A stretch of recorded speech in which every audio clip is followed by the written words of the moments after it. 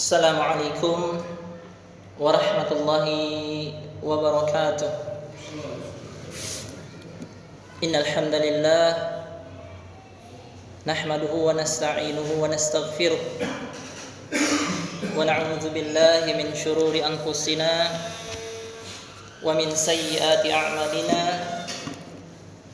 May yahdihillahu fala mudilla lahu wa may yudlil fala hadiya lahu. Asyhadu an la ilaha illallah wahdahu la syarika lah wa asyhadu anna Muhammadan abduhu wa rasuluh. Ya ayyuhalladzina amanu taqullaha haqqa tuqatih wa la tamutunna illa wa antum muslimun. Ya ayyuhan nasu taqu rabbakumul ladzi khalaqakum min nafsin wahidah wa khalaqa minha zawjaha وبث منهما رجالا كثيرا ونساء واتقوا الله الذي تساءلون به والأرحام إن الله كان عليكم رقيبا. يا أيها الذين آمنوا اتقوا الله وقولوا قولا سديدا يصلح لكم أعمالكم ويغفر لكم ذنوبكم ومن يطع الله ورسوله فقد فاز فوزا عظيما. أما بعد فإن أصدق الحديث كتاب الله وخير الهدى هدى محمد صلى الله عليه وسلم وشر الأمور محدثاتها فإن كل محدثة بدعة وكل بدعة ضلالة وكل ضلالة في النار. أعاذنا الله وإياكم من النار من قول أو عمل أو اعتقاد. Alhamdulillah, segala puji milik Allah Subhanahu wa taala. Tentunya kembali kita memuji Allah Jalla wa ala, dan kita banyak bersyukur kepada Allah Subhanahu wa taala, karena dialah Allah Jalla wa ala yang masih terus memberikan kita kesempatan di tengah kesibukan yang kita lalui hari ini, aktivitas yang sangat banyak. Allah Subhanahu wa taala menggiring hati-hati hambanya untuk bisa sejenak mempelajari agamanya Allah Subhanahu wa taala. Maka ini nikmat yang besar yang tidak diberikan kepada semua makhluknya. Bahkan Imam Syafi'i rahimahullahu ta'ala pernah mengatakan di dalam sebuah musnadnya, man aradad dunya fa'alaihi bil ilm wa man aradal akhirah fa'alaihi bil ilm wa man aradahuma fa'alaihi bil ilm. Barang siapa yang menginginkan kebahagiaan di kehidupan dunia, maka hendaknya dia menempuh dengan belajar ilmu agamanya Allah. Barang siapa yang menginginkan kebahagiaan negeri akhirat, maka dia tempuh dengan mempelajari ilmu agamanya Allah Subhanahu wa taala. Serta barang siapa yang menginginkan keduanya, maka hendaklah dia mempelajari ilmu agamanya Allah Subhanahu wa taala. Karena jamaah yang dimuliakan oleh Allah Subhanahu wa taala, betapa banyak saudara-saudara kita di luar sana yang mereka mau berletih-letih untuk dunianya. Mereka mau panas-panasan di terik matahari. Mereka mau menghabiskan waktunya untuk pekerjaan. Tapi sedikit di antara mereka yang mau meraih ridhonya Allah, belajar agama, menuntut ilmu. Karena belajar agama ini, kata Nabi sallallahu alaihi wasallam di dalam sebuah hadis yang sahih, man ja'ahu al-mautu wa huwa yatlubul ilm liyuhyiyahu bihil islam fa bainahu wa bainal anbiya'i fil jannah darajatun wahidah. Kata Nabi kita sallallahu alaihi wasallam, barang siapa yang didatangi kematian dalam keadaan dia orang yang menuntut ilmu, belajar, niat hidupnya itu untuk belajar, karena belajar ini mengangkat ketidaktahuan.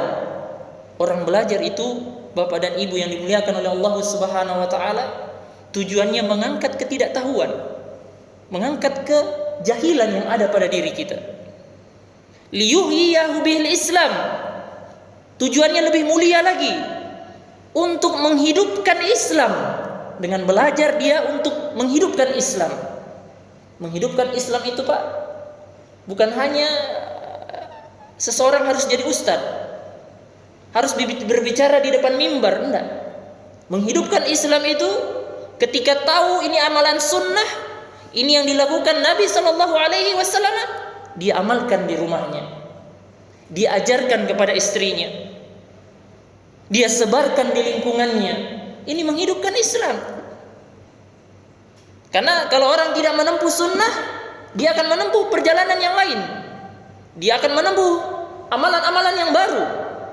Iya. Maka orang yang seperti ini, kata Nabi SAW, fa bainahu wa bainal anbiya fil jannah darajatun wahidah.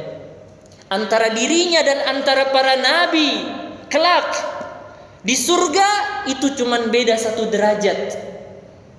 Kedudukannya, kata Nabi SAW, hanya dibedakan dengan 1 derajat. Kalau para nabi, ya alaihi wassalatu wassalam, mereka di tingkat 100 derajat, maka orang yang meninggal, yang didatangi kematian menuntut ilmu, mereka ada di bawahnya 1 derajat, 99. Maka menuntut ilmu itu, belajar itu adalah perkara yang mulia. Sampai-sampai para sahabat seperti Abu Hurairah radhiyallahu anhu, beliau memaksakan dirinya untuk terus ikut dengan Nabi SAW, mengikat perutnya, yang mana pada saat itu lapar, dia paksakan ikut dengan Nabi untuk mengambil apa? 1 hadis, 2 hadis. Iya, di zaman sekarang ini kalau mau mengambil hadis luar biasa, ada media. Kita dimudahkan oleh Allah Subhanahu wa taala. Tapi kelak juga kita akan ditanya oleh Allah Subhanahu wa taala. Makanya Nabi mengingatkan kita jauh-jauh hari. Kata Nabi sallallahu alaihi wasallam, "Ni'matani maghbunun fihima katsirun minan nas." Ada 2 nikmat. 2 nikmat yang banyak ditelantarkan oleh umatnya Nabi sallallahu alaihi wasallam sampai sekarang. As-sihhatu wal faragh. Nikmat kesehatan dan nikmat waktu luang.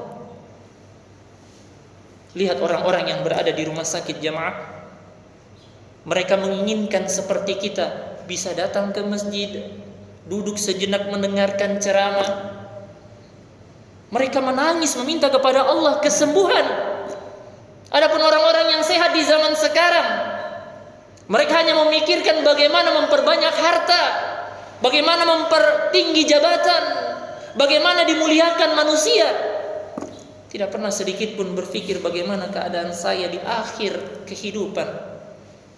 Tatkala sakratul maut itu datang, yang Nabi SAW ingatkan kita jemaah, inna lil mauti sakarat. Sesungguhnya pada kematian itu ada sakarat. Para ulama menafsirkan di dalam hadis-hadis yang lain, rasa sakit yang luar biasa, yang hanya dirasakan orang yang akan dicabut nyawanya.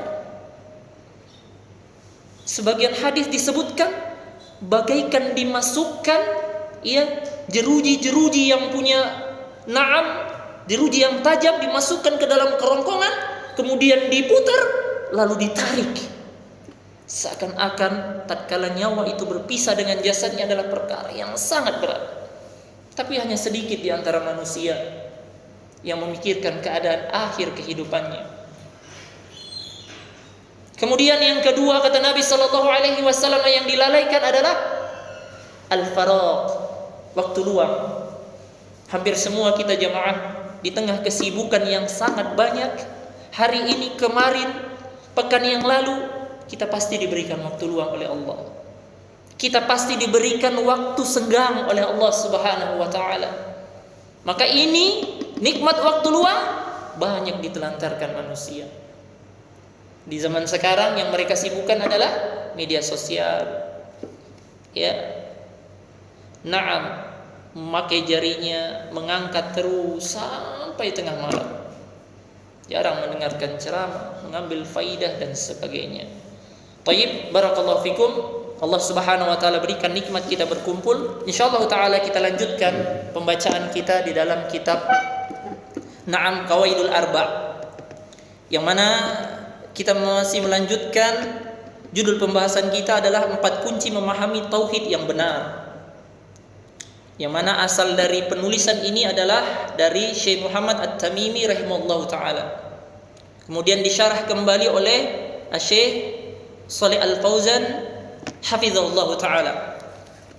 Kita telah berlalu dari kaidah yang pertama, bahwa seseorang yang mengakui Allah Subhanahu wa ta'ala hanya mencipta, Allah Subhanahu wa ta'ala yang menghidupkan, yang mematikan, yang mengatur urusan seorang hamba, ini hanya bentuk tauhid rububiyah. Sudah kita sebutkan kemarin. Apa itu tauhid rububiyah? Ifradullah ta'ala bil af'alih, mengesahkan Allah Subhanahu wa ta'ala di dalam perbuatan-perbuatan Allah. Maka hal ini, kata Syekh, kaidah yang pertama, orang-orang musyrikin di zaman dahulu mereka mengakui, jemaah. Mereka kalau ditanya, Qul may yarzuqukum minas sama'i wal ardi amma yamliku sam'a wal absara wa may yukhrijul hayya minal mayit wa yukhrijul mayyita minal hayyi wa may yudabbirul amr fasayaquluna Allah. Ketika mereka ditanya oleh Nabi sallallahu alaihi wasallam, katakanlah, siapa yang memberikan kalian rezeki dari langit dan dari bumi? Siapakah yang memiliki pendengaran dan penglihatan? Siapakah yang menghidupkan setelah mematikan, yang mematikan kemudian menghidupkan kembali? Siapakah yang mengatur seluruh urusan perkara-perkara seorang hamba? Fasayaquluna Allah. Serentak mereka mengatakan Allah yang melakukannya. Tapi bersamaan dengan itu Allah katakan, faqul afala tattaqun. Kata para ulama, ketika Allah mengatakan kepada Nabi kita, memerintahkan mereka, faqul afala tattaqun, kenapa kalian tidak bertakwa? Artinya mereka belum masuk ke dalam Islam seutuhnya. Mereka masih meyakini tauhid rububiyahnya Allah. Makanya Nabi sallallahu alaihi wasallam tetap memerangi mereka, mengajak mereka masuk ke dalam Islam untuk memurnikan ibadah hanya kepada Allah. Itulah yang kita kenal dengan tauhid uluhiyah. Ifradullah ta'ala bil ibadah, mengesahkan Allah di setiap amalan-amalan ibadah seorang hamba. Ini kaidah yang pertama. Kemudian sekarang kita berada di kaidah yang kedua. Tsumma qala Syekh Muhammad At-Tamimi rahimahullahu taala, al-qaidatu tsaniyah annahum yaquluna ma da'awnahum wa tawajjahna ilaihim illa talabil qurbati wasyafa'ah. Fadalilul qurbah qauluhu ta'ala walladzina ittakhadhu min dunihi awliya'a ma na'buduhum illa yuqarribuna ila Allahi zulfa. Kata Syekh rahimahullahu taala, bahwasanya mereka orang-orang musyrikin yang terdahulu, jemaah. Maka kita perhatikan ini ya. Orang-orang musyrikin di zaman dahulu, berarti orang yang berbuat kesyirikan kepada Allah, orang musyrikin. Mereka mengatakan, ma da'awnahum, tidaklah kami beribadah kepada mereka. Ada sembahan yang mereka sembah selain Allah. Tidaklah kami ibadahin ini. Tidaklah kami menghadapkan wajah-wajah kami illa talabil qurbah, kecuali untuk mencari kedekatan, wasyafa'ah, dan mencari syafaat. Orang-orang musyrikin terdahulu ternyata punya ibadah yang lain, sesembahan yang lain, yang mereka ibadahi untuk mencari qurbah wasyafa'ah, mencari kedekatan dan mencari perantara antara mereka dengan Allah Subhanahu wa ta'ala.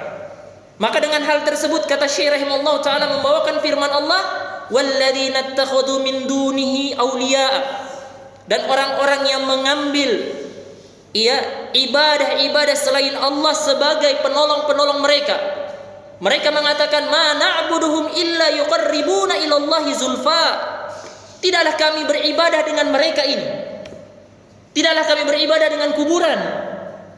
Tidak kami beribadah dengan patung. Tidaklah kami beribadah dengan pohon atau keyakinan-keyakinan yang batil. Kata mereka, illa yuqarribuna ilallahi zulfa, melainkan yang kami dekatin ini agar mendekatkan diri kami kepada Allah dengan sedekat-dekatnya. Seakan-akan mereka beribadah kepada Allah memakai perantara. Mereka samakan kehidupan dunia dengan hakikat beribadah kepada Allah. Yang mereka pikir bagaimana jamaah? Kalau kita mau datang ke presiden, harus kita melapor dulu kepada siapa? Tangan kanannya, utusannya. Jadi kita harus dekati utusannya agar bisa sampai ke presiden.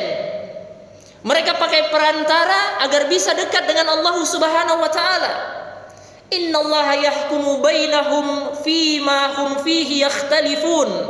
Kata Allah Subhanahu wa taala, sesungguhnya Allah akan memberikan hukum yang adil antara mereka dari apa yang telah mereka perselisihkan. Lihat, mereka perselisih juga jemaah.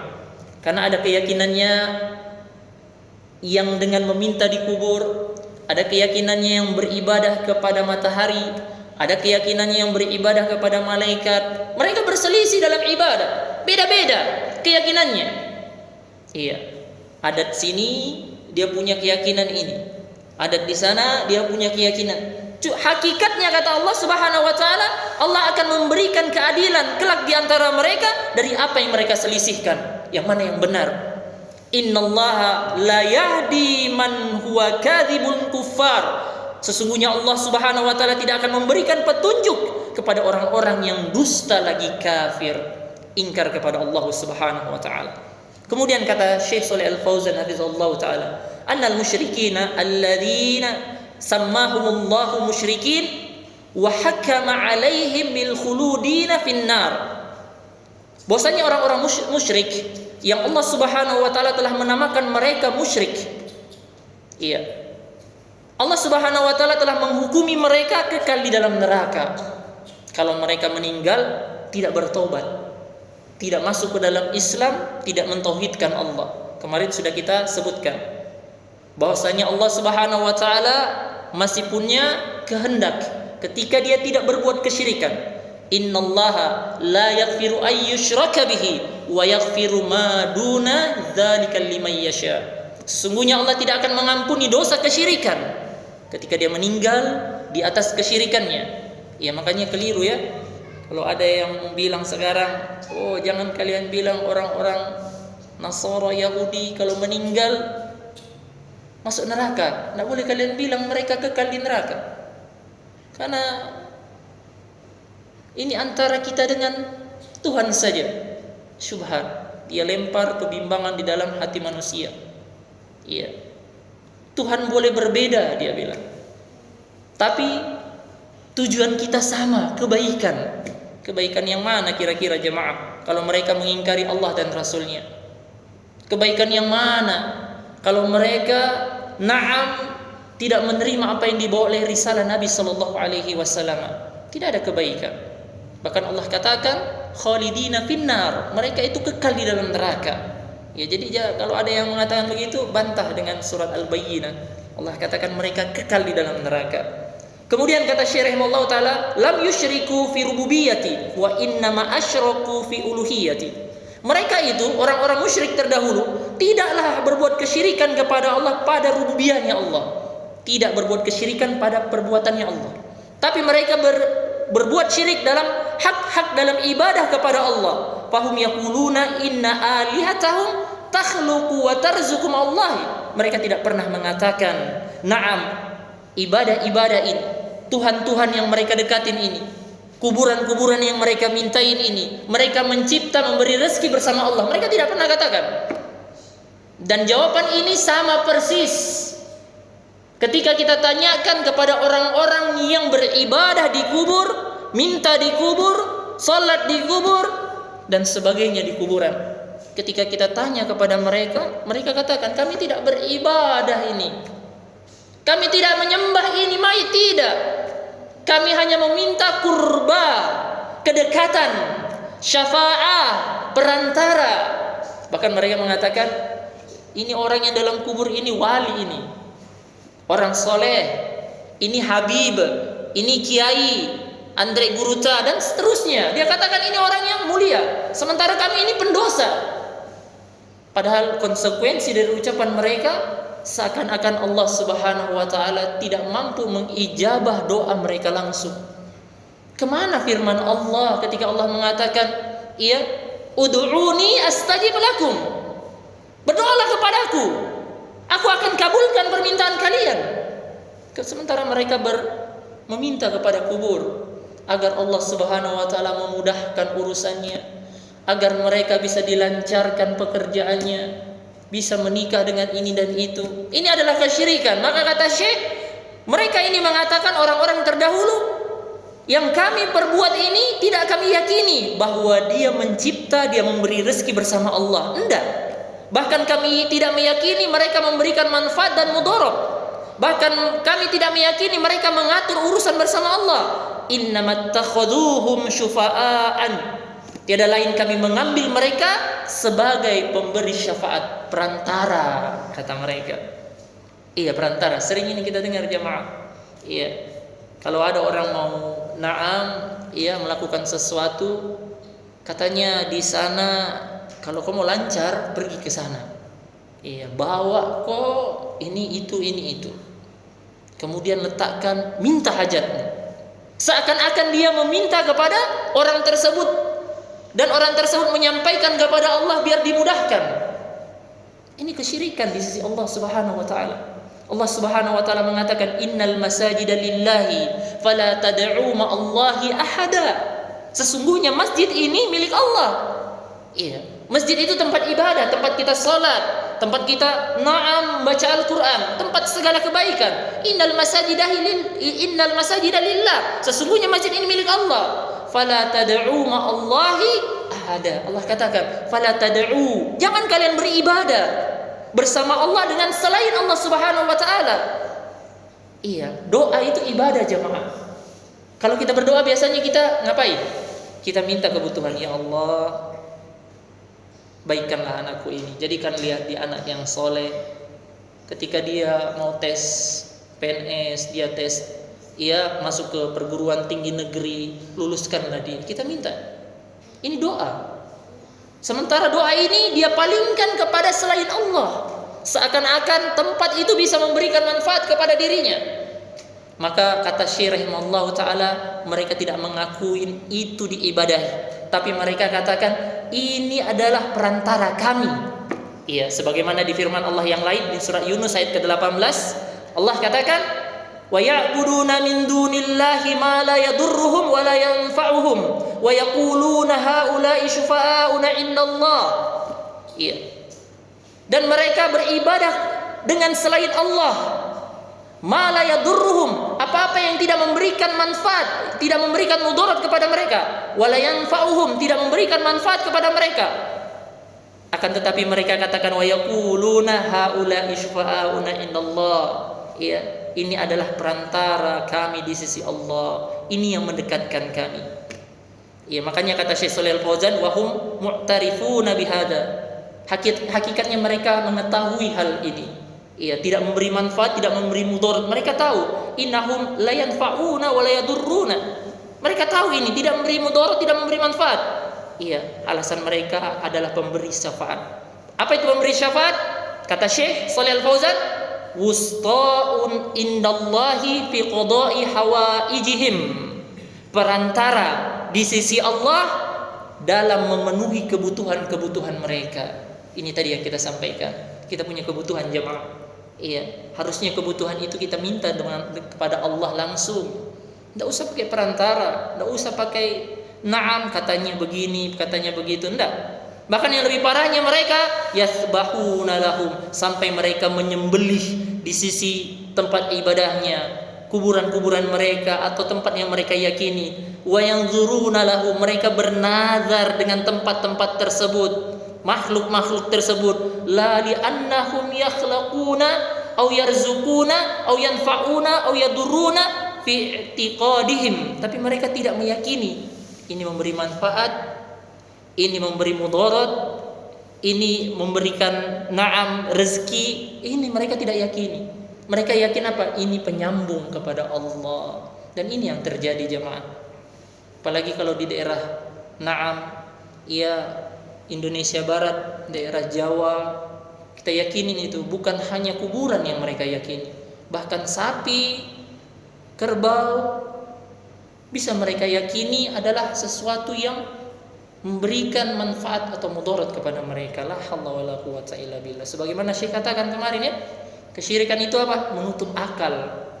Ditutup akalnya oleh Allah Subhanahu wa taala. Sekalipun dia S1, sekalipun dia profesor, kalau dia berbuat kesyirikan kepada Allah, maka akan tertutup hatinya. Syekh Hafizahullah taala mengatakan, "Wa anta lama tanaqasha al-an kuburiyan." Iya, minal kuburiyina yaqulu hadal maqalata sawaan bisawain. Kalian, kata Syekh, kalau kalian berdebat dengan orang-orang ahli kubur yang mereka sholat di kuburan, pernah lihat tidak Pak? Ada orang sholat di kuburan? Iya, berdoa di kuburan. Kita sudah berulang-ulang ini sampaikan. Kuburan itu tempat mengingat kematian.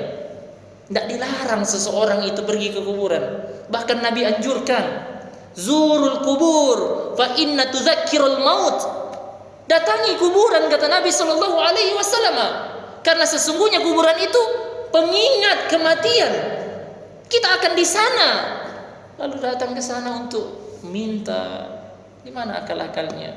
Maka kata Syekh rahimahullah taala, ketika kita tanya kepada mereka, kenapa kalian datang ke sini, kalian minta di sini? Jawabannya akan sama persis. Mereka akan mengatakan, ana adri anna hadal waliya au hadar rajula salihah la yadurru wa la yanfa. Saya tahu, katanya. Ini jawabannya ini Pak. Kalau kita tanya dengan orang-orang yang beribadah di kubur, katanya saya tahu, saya sadar. Iya. Apa katanya? Bahwasanya wali ini atau orang soleh ini tidak memberikan mudarat, tidak memberikan manfaat. Walakin huwa rajulun solih. Akan tetapi ini orang soleh. Kalian tidak sopan dengan orang soleh, katanya. Makanya kalau kita berdakwah seperti ini, katanya ini orang tidak sopan. Ini ustadznya tidak sopan, ini orang soleh ini yang ada di dalam kubur. Sekarang saya tanya, Nabi Isa alaihissalam orang soleh atau tidak? Hah? Nabi Isa alaihissalam orang soleh atau tidak? Orang soleh. Sekarang saya tanya, kenapa dia bisa diibadahi? Apakah Nabi Isa itu ridho dengan ibadah yang dilakukan orang-orang Nasara? Lah, kita katakan benar, orang di dalam orang soleh.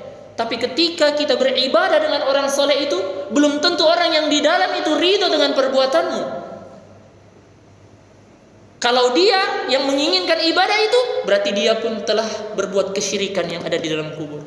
Perhatikan ini, mana yang lebih soleh? Nabi Isa alaihissalam atau orang yang ada di kubur? Nabi Isa alaihissalam. Nabi Isa ridho diibadahi, dijadikan Tuhan oleh agama lain. Lah, seperti itu juga orang-orang yang ada di dalam. Tapi pengakuan mereka ini adalah orang soleh. Tidak sopan kalian dengan orang soleh, katanya. Itu ustaz-ustaz itu tidak sopan dengan orang soleh. Bahkan mereka mengatakan, wa uridu minhu syafa'ah li indallah. Saya hanya ingin menjadikan kuburan ini perantara supaya bisa dekat dengan Allah. Saya ini pendosa, katanya. Dia mengaku pendosa, jemaah. Padahal Allah Subhanahu wa taala mengatakan, innallaha yuhibbut tawwabina wa yuhibbul mutatahhirin. Sesungguhnya Allah cinta dengan orang-orang yang bertaubat. Kenapa dia tidak taubat? Kenapa dia harus pakai perantara? Nah, inilah masyarakat kita di zaman sekarang, jemaah. Mau yang instan. Kenapa mereka datang ke kuburan, minta di kuburan? Mau yang instan, mau yang cepat. Padahal hakikatnya cepat diberikan belum tentu adalah kebaikan. Apalagi caranya salah. Ya, apalagi caranya salah. Ya, maka ini orang mengatakan apa? Ini orang soleh ini. Saya hanya ingin menjadikan dia perantara di sisi Allah. Saya ini orang yang berdosa. Maka kata Syekh, wasyafa'atu fiha haqqun wa fiha batil. Nah, ini yang tidak banyak diketahui oleh orang-orang awam. Ternyata syafaat itu, jemaah, ada dua. Syafaat yang hak, yang benar, dan syafaat yang batil, yang ditolak. Tidak semua syafaat itu diterima. Tidak semua orang itu bisa diberikan kesempatan memberikan syafaat kepada orang. Enggak. Ini kata Syekh Shalih Al-Fauzan hafizahullah taala, berdasarkan firman Allah. Bukan ucapan beliau, bukan dari kantong beliau, bukan dari keinginan beliau, bukan. Tapi dari firman Allah. Perhatikan kata beliau. Naam, wa syafa'atul lati huwal haqqun wa sahihatun hiya ma tawaffara fiha syarton. Syafaat itu akan menjadi benar dan na'am sahih diterima ketika dia mencocoki dua syarat. Syafaat yang akan benar yang kita akan dapati dari Nabi kita sallallahu alaihi wasallam ketika itu mencocoki dua perkara. Perhatikan ini dua perkara jemaah syaratnya. Yang pertama, syaratul awal an takuna bi idznillah. Syafaat itu harus atas izinnya Allah. Iya, bukan semerta-merta oh iya orang soleh ini bisa langsung memberikan syafaat kepada mereka. Belum tentu jemaah. Harus atas izinnya Allah Subhanahu wa taala. Allah katakan di dalam surat Al-Baqarah 255. Nanti kita buka. Allah Subhanahu wa taala katakan, "Man dzalladzi yashfa'u 'indah illa bi'idznih." Iya, kata Allah Subhanahu wa taala tidak ada yang dapat memberikan syafaat di sisinya illa bi'idznih, kecuali atas izinnya Allah. Ya, jadi jangan kita pikir oh orang soleh, oh dia bisa ini. Kita agungkan, kita sembah, kita mengikuti ucapannya. Lihat Imam Syafi'i rahimahullah taala ketika mengatakan kepada orang-orang yang ada di sekitar yang di dalam musnadnya disebutkan, "Idza ra'aitumur rajul," jika kalian melihat seseorang yamshi 'alal ma', dia bisa berjalan di atas air, wa yatiru fil hawa, dan dia bisa terbang di atas awan, fala taktaru bih, jangan kalian tertipu, kata Imam Syafi'i Muhammad ibn Idris rahimahullah taala. Kalau kita dengar ada sebuah kisah, ini orang keramat ini orang dulunya bisa berjalan di air katanya, bisa terbang di atas langit. Iya, kata Imam Syafi'i, jangan kalian tertipu dengannya. Hatta ta'ridu amrahu 'alal kitabi was sunnah. Sampai kata Imam Syafi'i, hadapkan ucapannya, perbuatannya, perkaranya dengan kitabnya Allah Al-Qur'an, dengan sunnahnya Nabi sallallahu alaihi wasallam. Sudah cocok atau belum? Kalau tidak cocok, jangan kita anggap ini walinya Allah. Jangan kita muliakan dia, jangan kita agungkan. Karena wali Allah jelas, ala inna awliya Allahi la khaufun alaihim wa lahum yahzanun alladzina amanu wa kanu yattaqun. Dua sifatnya. Jadi Allah Subhanahu wa taala memang menetapkan ada walinya Allah. Dan semua bisa walinya Allah. Tapi harus terpenuhi dua syarat. Lihat syaratnya, enggak perlu kita ke gunung. Apalagi namanya semedi di gunung, enggak perlu. Iya, karena Nabi dulu begitu. Wah, ada orang sekarang katanya harus semedi di gunung biar supaya kayak Nabi. Iya, sudah tidak ada syariat seperti itu. Kata Nabi sallallahu alaihi wasallam, ketahuilah, wali-wali Allah itu la khaufun alaihim wa lahum yahzanun. Mereka itu orang-orang yang tidak bersedih hati, tidak ada rasa takut dan tidak bersedih hati. Alladzina amanu. Yang pertama sifatnya jemaah, ingin jadi walinya Allah, mereka adalah orang-orang yang beriman. Iman jemaah, rukun iman yang 6. Iya. Antu'minu billahi wa malaikati wa kutubi wa rusuli wal yaumil akhir wa tu'minu bil qadari khairi wa syarrihi. Beriman dengan rukun iman yang 6, beriman kepada Allah. Beriman kepada malaikatnya, rasul-rasulnya, kitab-kitabnya, beriman kepada hari kebangkitan, beriman dengan takdir yang baik dan takdir yang buruk. Iman itu kata para ulama salaf, iya, yazidu bi ta'a wa yanqus bil ma'siyah. Iman itu iya naik dan turun, bertambah dan berkurang, tidak tetap. Bertambah dengan ketaatan kepada Allah, berkurang dengan kemaksiatan. Ini keyakinan Ahlus Sunnah wal Jamaah. Mereka beriman kepada Allah. Kemudian yang kedua, wa kanu yattaqun, dan mereka adalah orang-orang yang bertakwa kepada Allah. Jadi kalau ada kita dengar, kenapa kita tidak sholat Pak? Atau biasa kita dengar, tidak sholat Jumat kita Pak. Wih, sudah kak sholat tadi, di mana? Wih, di Mekah kak sholat. Wih, jauh tak? Bagaimana caranya? Kau masih di bawah. Saya sudah ma'rifah ini. Saya sudah tingkatan luar biasa. Maka walinya Allah tetapkan dua sifatnya, beriman dan bertakwa. Selain ini, mereka adalah walinya syaitan. Makanya kalau orang-orang yang tidak taat dengan Allah Subhanahu wa taala, seakan-akan tidak butuh lagi salat, ini bukan walinya Allah ini. Nabi saja salat jemaah. Apakah kita lebih hebat daripada Nabi? Nabi salat sampai bengkak-bengkak kakinya. Sementara orang sekarang enggak butuh salat. Karena saya sudah begini dan begitu tingkatannya. Lah. Ini bukan ajarannya Islam. Iya, kalau kita katakan ini wali Allah berarti dia mengalahkan Nabi sallallahu alaihi wasallam. Iya, ini harus kita perhatikan jemaah. Iya, perkara ini. Ya, karena banyak orang yang tertipu. Ya, salatnya mana? Di Mekah, Madinah. Bagaimana caranya itu? Tidak benar. Kemudian dia harus bertakwa. Apa itu takwa? Kata Syekh Shalih Al Fauzan, takwa itu imtithalu awamirihi wa jatinabu nawahi. Dia mentaati apa yang Allah perintahkan, menjauhi apa yang Allah Subhanahu wa taala larang. Ini takwa. Ini orang yang beriman. Ini orang yang memiliki sifat wali-wali Allah Subhanahu wa taala. Lihat. Kata Syekh rahimahullah taala, syarat yang pertama syafaat itu diterima harus izinnya Allah. Syarat yang kedua, an yakuna masyfu'u fihi min ahli tauhid. Ya, ai min asatil muwahhidin. Yang kedua, syafaat itu akan diberikan, pertolongan itu akan diberikan kepada orang yang ahlu tauhid, tidak berbuat kesyirikan, sekalipun mereka adalah orang yang pernah bermaksiat. Karena maksiat itu jemaah dosanya di bawah dari kesyirikan. Iya, kalau hanya berbuat maksiat, kemarin sudah kita sebutkan ya. Sekarang ini hukumnya hukum rimba juga. Orang maling ayam, maling apa lagi? Buah-buahan, maling yang kecil-kecil, diteriaki mati. Iya, gampang sekali menghilangkan nyawa orang. Padahal dia tidak berbuat kesyirikan kepada Allah, tapi orang yang menyembah monyet, menyembah patung, menyembah ini itu dibiarkan bebas. Ini terbalik ini. Iya. Main hakim sendiri. Padahal mereka belum tentu adalah orang yang Allah benci. Bisa jadi mereka melakukan itu karena perbuatan yang terdesak. Tidak kita katakan benar perbuatannya, tidak jemaah, tapi main hakim sendiri ini perbuatan yang besar dosanya, menghilangkan nyawa tanpa hak. Ini besar dosanya. Naam.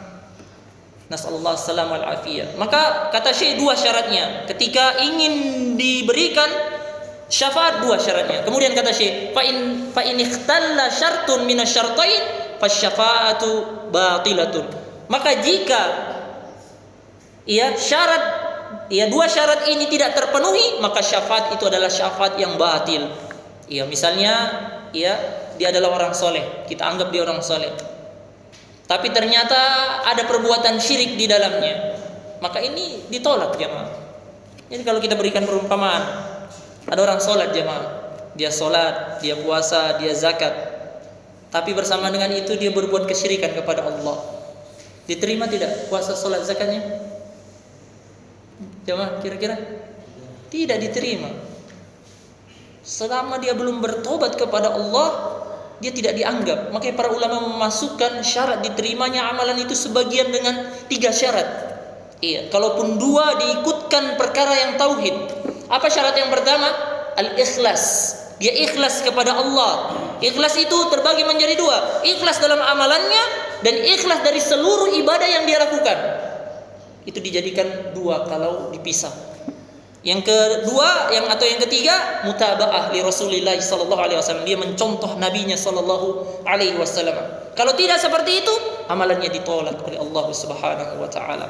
Karena dia berbuat kesyirikan kepada Allah. Kemudian kata Syekh rahimahullahu taala, na'am, membawakan firman Allah yang lain, wala yashfa'una illa liman irtada. Perhatikan ini yang kedua ini. Syarat yang pertama tadi izinnya Allah. Ada firman-Nya di surah Al-Baqarah ayat 255. Syarat yang kedua, dia diberikan syafaat harus ada ridhonya Allah, yaitu orang-orang muwahhid. Kata Allah Subhanahu wa taala, la yashfa'una illa liman irtada. Allah tidak akan memberikan syafaat kecuali siapa yang Allah ridhoi, yakni al-muwahhidin au hum usatul muwahhidin, dan mereka itu adalah orang-orang yang bermaksiat tapi tetap bertauhid kepada Allah. Makanya ini jemaah pelajaran yang penting.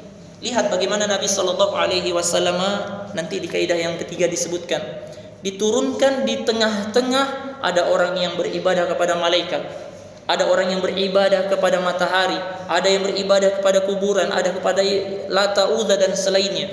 Apakah Nabi sallallahu alaihi wasallam langsung menegakkan perkara salat? Ayo salat yang benar, ayo tegakkan salat wajib? Lah. Maka tidak kita katakan salat itu, puasa itu, zakat itu, haji itu perkara yang tidak penting, tidak jemaah. Tapi 4 perkara itu ada yang mendahului yang harus diseru, yang harus diajak manusia, yaitu asyhadu an la ilaha illallah. Kita bersyahadat dengan melafazkan la ilaha illallah, murnikan ibadahnya. Ini yang Nabi SAW serukan kepada umat awal umat jemaah. Nabi SAW tidak mengajak manusia, ayo sholat yang benar. Tidak, bahkan sholat itu nanti setelah apa? Setelah Nabi hijrah dari Mekah ke Madinah. Habis itu kembali, habis itu naik ke Isra Mi'raj, ditentukan sholat. Tapi sholat sudah ada, iya sholat sudah ada. Tapi bukan jadi prioritas dakwah Nabi SAW. Sebagaimana para Nabi dan Rasul sudah jelas. Kata Allah Subhanahu Wa Taala, "Walaqad ba'atsna fi kulli ummatin rasulan an i'budullaha wajtanibut taghut." Ini dakwahnya para Nabi, ini seruannya semuanya jemaah. Ini seperti itu seruannya. Kata Allah Subhanahu Wa Taala, "Sungguh kami telah mengutus untuk setiap umat itu ada Rasul." Setiap umat ada Rasul, tujuannya sama. An i'budullaha wajtanibut taghut. Ini dulu. Iya, beribadah hanya kepada Allah, jauhi tagut, jauhi sembahan-sembahan selain Allah yang melampaui batas, jauhin. Ini dulu. Nanti setelah itu baru masuk dakwah yang lain, dakwah yang lain, dakwah yang lain. Karena kalau sudah masuk ini jamaah, kemaksiatan yang dia lakukan, masih ada harapan dia diselamatkan oleh Allah karena dosa-dosanya. Masih ada masyiatu tahta lillahi azza wa jalla. Masih ada kehendak Allah di atas apa yang Allah Subhanahu wa taala inginkan. Kalau syirik tidak ada. Kalau syirik tidak ada. Maka jamaah yang dimuliakan oleh Allah Subhanahu wa taala, sedikit kita luaskan dari pembahasan bahwa disebutkan oleh beberapa masyayikh, kenapa ada orang-orang yang mereka bersandar kepada kuburan, mereka bersandar dengan keyakinan-keyakinan yang batil. Di antaranya rasa tawakal yang ada di dalam hatinya itu kurang jemaah. Kurang dekat, kurang besar tawakalnya kepada Allah. Padahal Nabi SAW mengatakan di dalam sebuah hadis Imam Ahmad, Tirmizi, dan selainnya, menyebutkan sebuah hadis yang mana hadis ini adalah pegangan seorang hamba Allah Subhanahu wa taala. Kata Nabi SAW, "Lau annakum tatawakkaltum Allahi haqqut tawakkulihi la razaqakum kama yarzuqut thair." Kata Nabi SAW, sekiranya mereka bertawakal dengan Allah, haqqut tawakkulihi, dengan sebenar-benar tawakal. Sekiranya mereka bertawakal, kita bertawakal jemaah. Apa itu tawakal? Apa kita pahami kalau tawakal jemaah? Menyandarkan hati kita dengan sesuatu, itu tawakal namanya. Menyandarkan hati dengan sesuatu itu tawakal. Makanya tawakal ini bisa menjadi tawakal yang batil. Kenapa seorang-orang itu mau beribadah dengan makhluk-makhluk Allah yang rendah? Ini kan makhluk rendah ini, orang mati diminta, pohon-pohon, gaib-gaib dia minta. Ini makhluk yang rendah. Kenapa mereka menyerahkan rasa tawakalnya, penyerahan dirinya? Karena kurang tawakalnya kepada Allah Subhanahu wa taala. Maka Nabi katakan, sekiranya tawakal mereka adalah tawakal yang benar, la razaqakum, Allah Subhanahu wa taala benar-benar berikan rezeki kepada mereka, kama yarzuqut thair, sebagaimana Allah beri rezeki kepada burung-burung. Taqdu khimasan, mereka keluar dalam keadaan lapar, kemudian kembali dalam keadaan kenyang. Itu burung-burung. Makanya Nabi SAW di antara doa yang masyhur yang disebutkan oleh Nabi SAW ketika setelah menyebutkan hadis, hadis apa tadi? Hadis yang ini, Nabi SAW berdoa apa? Allahumma inni as'aluka taufiqa limahabbika minal a'mali wa sidqat tawakkuli 'alaika wa husni dhanni bik. Ini doa ini 3 jemaah, kita hafal ini. Bisa kita cari di Google juga. Yang pertama, Allahumma inni as'aluka taufiqa limahabbika minal a'mali. Ya Allah, aku memohon kepadamu taufik. Apa itu taufik jemaah? Sesuatu yang bisa beramal. Setelah kita mengetahui ini kebenaran, ini sunnah, ini kebatilan, kita bisa beramal dengan kebaikan, meninggalkan perkara yang batil. Ini namanya taufik. Maka kita meminta kepada Allah taufik untuk beramal terhadap apa yang engkau cintai. Ini doa yang pertama. Kemudian doa yang kedua, wa taufiqa wa sidqa tawakkuli 'alaik. Kita meminta kepada kejujuran dalam tawakal kepadamu ya Allah, jujur jemaah. Ya kadang kita baru usaha sedikit, wah langsung cari jalan pintas. Iya kan? Ada orang mau PNS sekarang atau mau lulus perguruan tinggi. Ya rata-rata itu yang diandalkan apa? Wah, dekeng dulu. Yang diandalkan goib-goib dulu. Iya, seakan-akan memberikan manfaat. Dia belum bertawakal dengan sebenar-benar ketawakal. Maka kata Nabi sallallahu alaihi wasallam, ya sidqat tawakkuli alaik. Ya Allah, berikanlah aku kejujuran dalam bertawakal kepadamu. Ini jujur. Benar-benar kita jujur. Sudah tawakal belum? Iya, makanya itu kita kalau kerja, ya sebagaimana yang biasa kita katakan, kita keluar rumah, na'am, ya mengucapkan bismillah tawakkaltu 'alallahi la haula wala quwwata illa billah. Ini kita bertawakal kepada Allah. Kita niatkan keluar kita mencari nafkah untuk anak dan istri, berpahala di sisi Allah. Bahkan kalau dia meninggal di atas dia sedang kerja, ini dimasukkan jihad fisabilillah. Ini jihad, lagi berjihad dia. Makanya butuh niat jemaah. Itu hadirkan niat. Orang belajar, datang pengajian, dia hadirkan niat lagi. Niat memperbaiki diri, memperbaiki keluarga. Jadi kita belajar ini tujuannya untuk memperbaiki apa yang ada di sekitar kita. Ada istri kita, ada tante kita, ada orang tua kita. Kita ingin perbaiki seluruhnya. Kemudian yang ketiga, wa husni dzanni bik. Ini juga penting. Berikanlah ya Allah kebaikan prasangka kepada dirimu. Ya, kadang kita berprasangka jelek ya, maaf. Kita gagal dari sesuatu, kita anggap wah, selesai sudah. Padahal asa an takrahu syai'an wa huwa khairul lakum, wa asa an tuhibbu syai'an wa huwa syarrul lakum. Kata Allah Subhanahu wa taala, bisa jadi engkau membenci sesuatu padahal kebaikan dirimu. Bisa jadi engkau mencintai sesuatu padahal tidak baik dirimu, untuk dirimu. Dan bisa jadi engkau membenci sesuatu padahal baik untuk dirimu. Ya, atau kebalikannya ya. Asa an takrahu syai'an wa huwa khairul lakum. Boleh jadi engkau membenci sesuatu padahal baik untuk dirimu. Wa asa an takrahu syai'an wa asa an tuhibbu syai'an wa huwa khairul lakum. Bisa jadi engkau membenci sesuatu padahal kebaikan untuk dirimu. Wallahu ya'lamun wa antum la ta'lamun. Allah lebih mengetahui daripada apa yang engkau ketahui. Allah Subhanahu wa taala lebih mengetahui hal tersebut. Jadi 3 doa yang disebutkan oleh para ulama yang mengajarkan kepada kita dari Nabi sallallahu alaihi wasallam agar kita bersandar memperbaiki keadaan kita pada Allah Subhanahu wa taala. Dan disebutkan di dalam kitab masih ada berapa menit, Pak?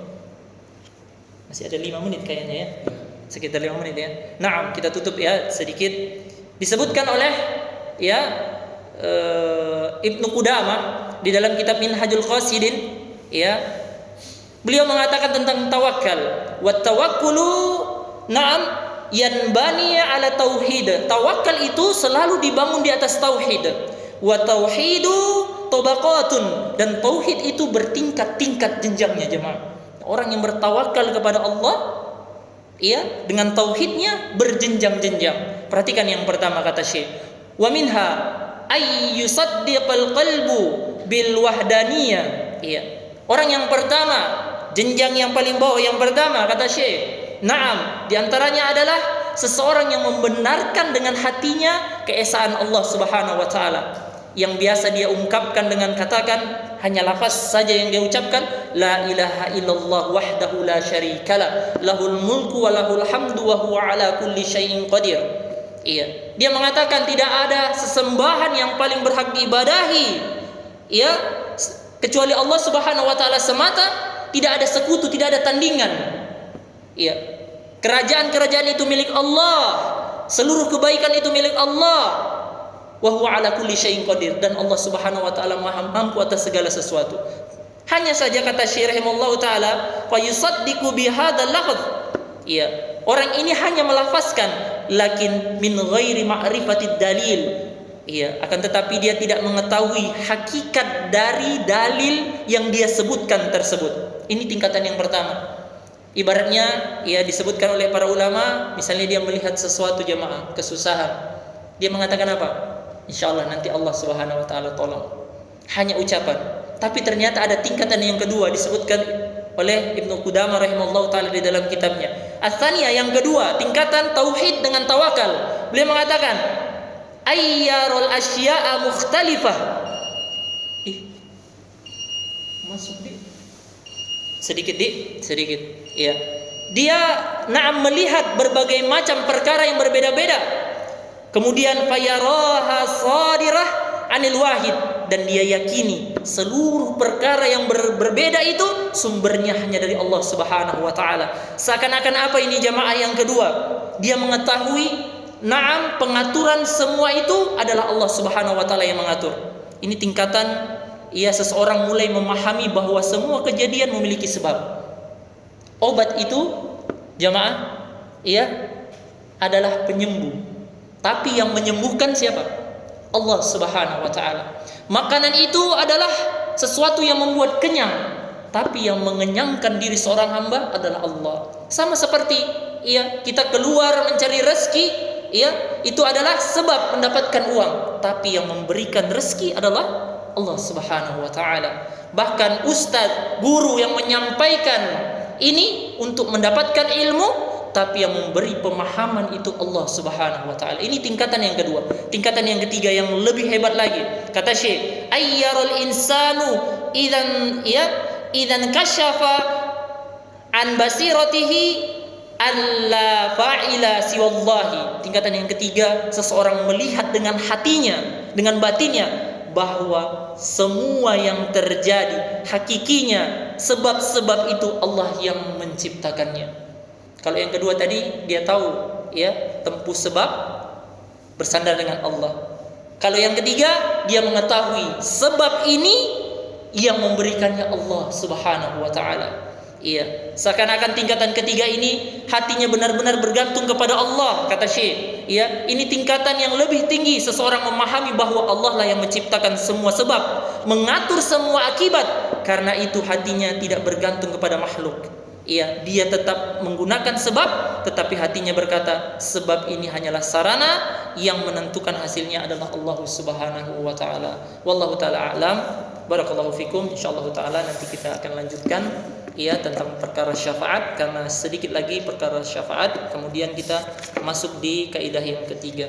Semoga Allah berikan taufik dan hidayah kepada kita seluruhnya. Rabbana taqabbal minna innaka antas samiul alim. Saya tutup, subhanakallahumma wa bihamdik, asyhadu an la ilaha illa anta, astaghfiruka wa atubu ilaik. Assalamualaikum warahmatullahi wabarakatuh.